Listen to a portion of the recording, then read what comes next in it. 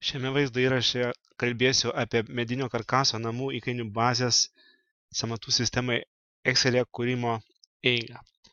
Tai pirmiausiai, jeigu mes jau turime pabaigtą sąmatą estimate failą su pabaigta sąmata ir žinome, kad šitie duomenys daugmaž nesikeis ir galime juos įkelti į įkainių bazę. Tai šiuo atveju demonstruosiu tik įkelimą į įkainių bazę, nes, kaip minėjau prieš tai, kad yra formuojami du failai. Tai yra buvusių projektų duomenų bazė, kurioje duomenys nekeičiami, taigi lieka tokie patys, kaip buvo. Paprasčiausiai žiūrim, viskas ten lieka, reiškia, buvo tokia sąmata ir lieka, o įkainio bazėje yra tam tikrų būdų duomenys dar apdorojami, kad tiktų vėliau, kad tiktų naujų sąmatų sudarimui, reiškia, perkelimui. Tai aš demonstruosiu tik tai, ką kalbėjau, reiškia, perkelimui į įkainių bazę. Tai yra truputį daugiau. Reiškia, pirmiausiai, ką mes darome, paprasčiausiai Excel'io priemonė viena, parenkam visus laukelius, kuriuose yra duomenys. Kaip minėjau, ir faile estimate ir faile Ctrl+C spaudžiam, kopijuosim ir faile rates, atidarom failą rates. Stulpeliai yra analogiški, todėl galima tiesiog kopijuoti. Atsiveriam pilną vaizdą, kad kopijuotų teisingai, iškip mygtuką. Einame į pačią pabaigą, atsistojame į laukelį A ir atitinkamai eilutė ta, kuri paskutinė yra, ir Ctrl+V, reiškia, nukopijuojam, matom, vadinasi, kad šitas nusikopijavo duomenis. Tai pirmiausiai, ką reikia padaryti, tai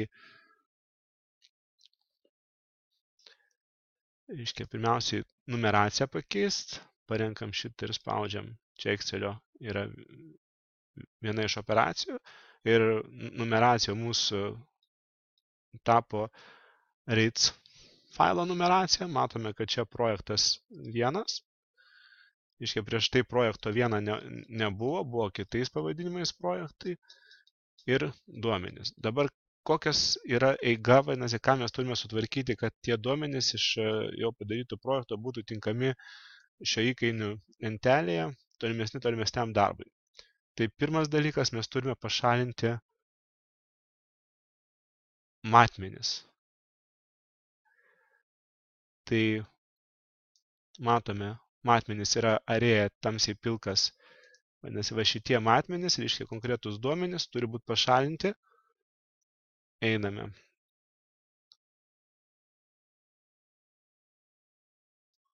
Jeigu pastebėsime, prieš tai buvę rates faile duomenys būtent neturi šiame stulpelėje jokių duomenų, tai mes paprasčiausiai einame, išrenkame iki galo ir delete, pažiūrime toliau,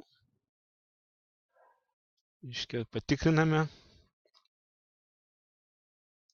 dar liko duomenų ir viską ištriname. Tai pirmas dalykas, kas įvyko, tai yra, kad matmenų stulpelė duomenų nebeliko. Neliko duomenų. Dar kartą atsidarome rates failą. Ir čia reikia atkreipti dėmesį į tai, kad gali būti taip, kad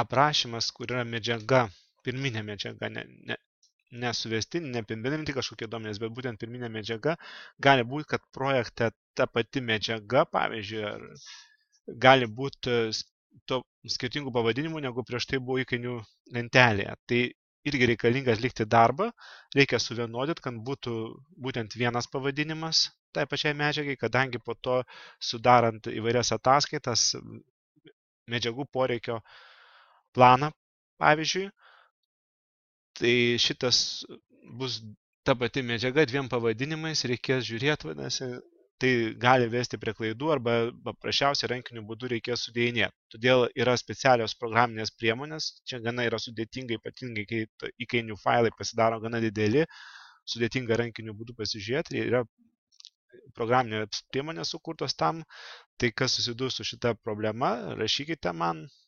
paaiškinsiu, kaip reikia spręsti ir jeigu reikės, padėsiu.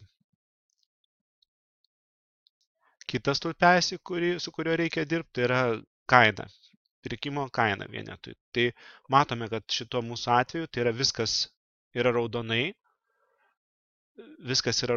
tai reiškia visi duomenys yra senesni kaip 93 dienos pagal pirkimus, kadangi ten yra pirkimo data, kada buvo pirkta ir tai rodo, kad duomenys yra pasenę ir iš tikrųjų irgi reikėtų viską peržiūrėti ir tos įkainius pakeisti pagal naujausius duomenis. Tam irgi yra sukurta programinė įranga. Irgi turite kreiptis, jeigu norėsite šias operacijas atlikti. Kitas žingsnis, reikia patikrinti, kad kur matote stulpeliai yra pilkos spalvos oranžiniais skaičiais, kad nebūtų likę po naujai nukopijuotų duomenų baltų skaičių. Tai yra, kai buvo rankiniu būdu. Pavyzdžiui, jeigu buvo rankiniu būdu, matome, čia nėra to, tai reikia vėl Ctrl+C, pavyzdžiui, Ctrl+V, reiškia nukopijuoti, kad būtų vėl formulė ir kad tai sudaro naują sąmatą, neatsidurtų ten duomenys, kurie paprasčiausiai buvo pataisyti, netitinkantis iš tikrųjų įkainio, skaičiuojamo įkainio.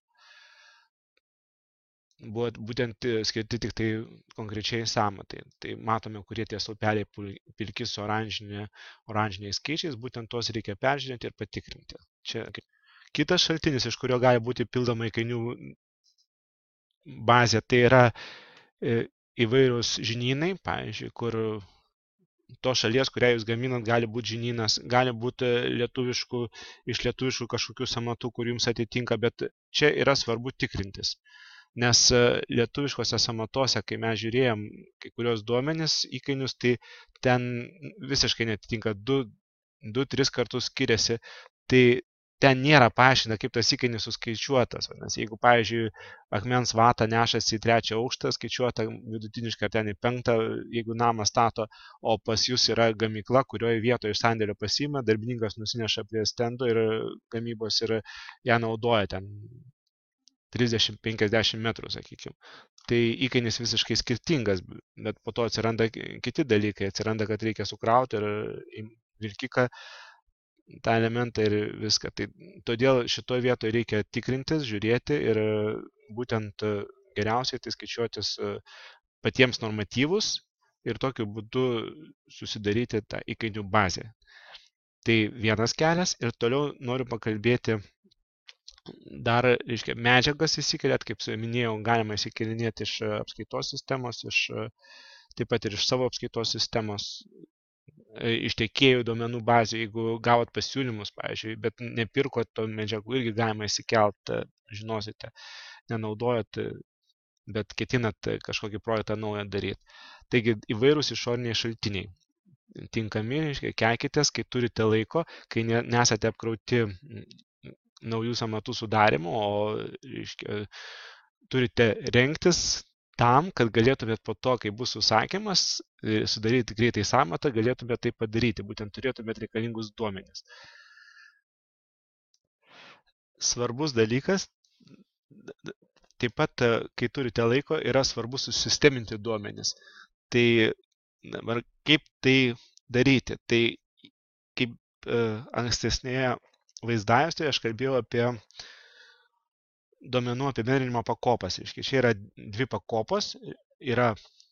Pirmiausia, tai yra pirminiai duomenys. Jie yra šituose 2 stulpeliuose. L arba J tai yra kita kalba. Tai dvikalbystė.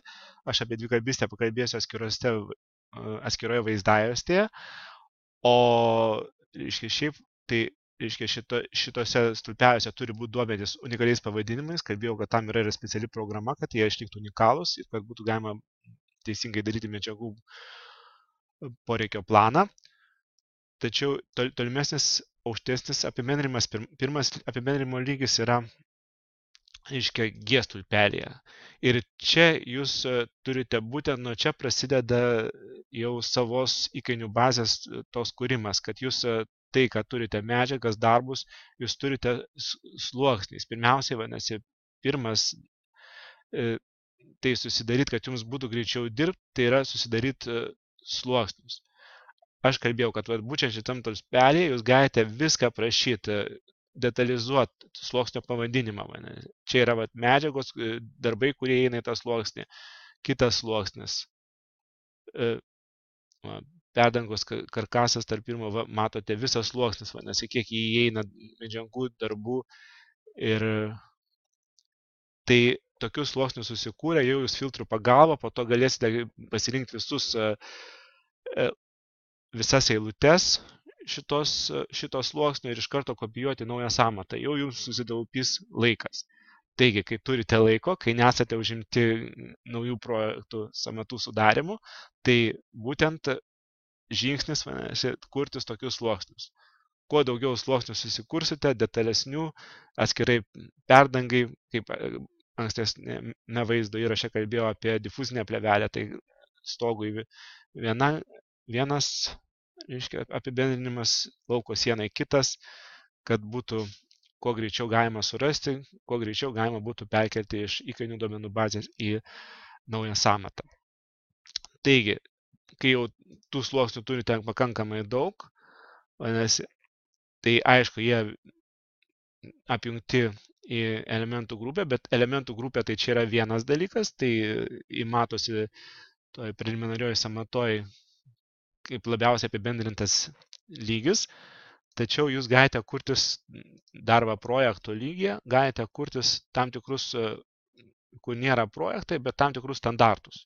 Reiškia, tai standartas 3, pavyzdžiui, čia parodytas. Ir standartas 3, reiškia, susidaro visą lauko sieną su vidaus ir lauko apdaila, jinai formuoja tai iš įvairių sluoksnių, vadinasi, ten jau daug tų sluoksnių susidaro, galime matyti pagal tą detalizuotą sąmatą, kas čia yra, jeigu sudarysite konkrečiam būtent tam trečiam standartui, netaip ten akivaizdžiau viskas.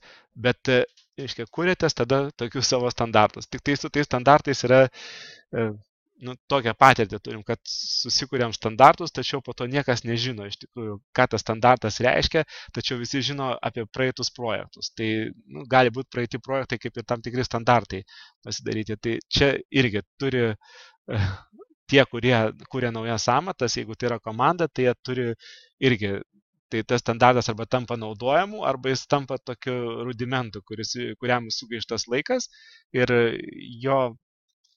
jis visiškai nenaudingas. Taigi, prieš kurdami tokius standartus, būtent gerai pagalvokite, ar iš tikrųjų jūs juos naudosite, ar verta gaišti laiką ir kurti tokį kažkokį tai apibendrintą vienetą tam, kad ateitie galėtumėte greičiau dirbti. Taigi, vertinę, ar iš tikrųjų tai verta tai daryti, jūs tai darote arba nedarote.